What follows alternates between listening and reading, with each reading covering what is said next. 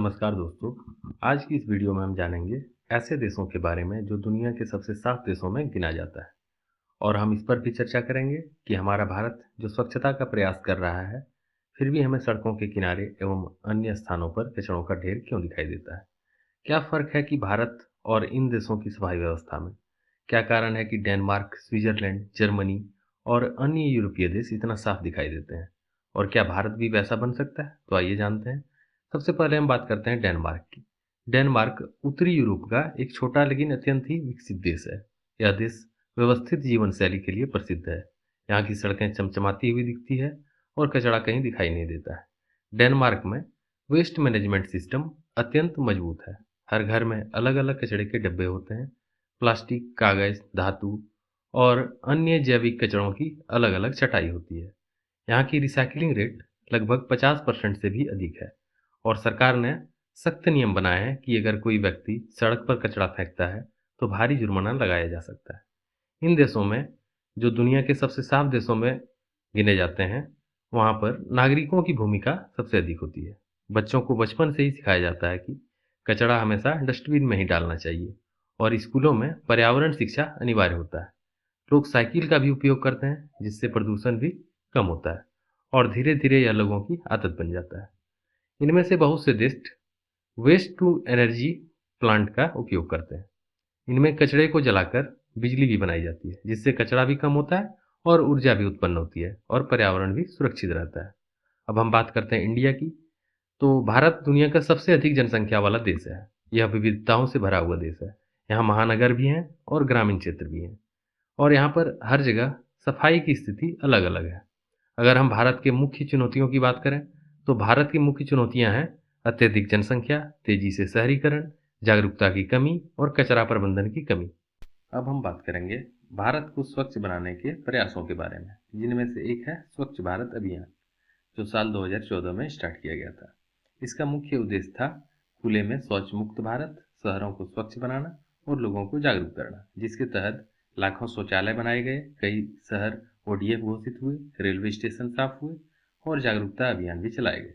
हालांकि अभी भी बहुत सुधार की आवश्यकता है और सबसे जरूरी बात है कि भारत में लोगों को जागरूक होने की आवश्यकता है, क्योंकि गंदगी फैलाने वाले और इधर उधर सड़क पर कचरा फेंकने वाले कोई बाहर से नहीं आते हैं। हम में से ही कुछ लोग इसे कचरा फेंकते हैं और इसका एक कारण यह भी है कि जब कोई एक इंसान कहीं बाहर कचरा फेंकता है, तो उसे देखकर दूसरे लोग भी वहाँ कचरा फेंकते हैं।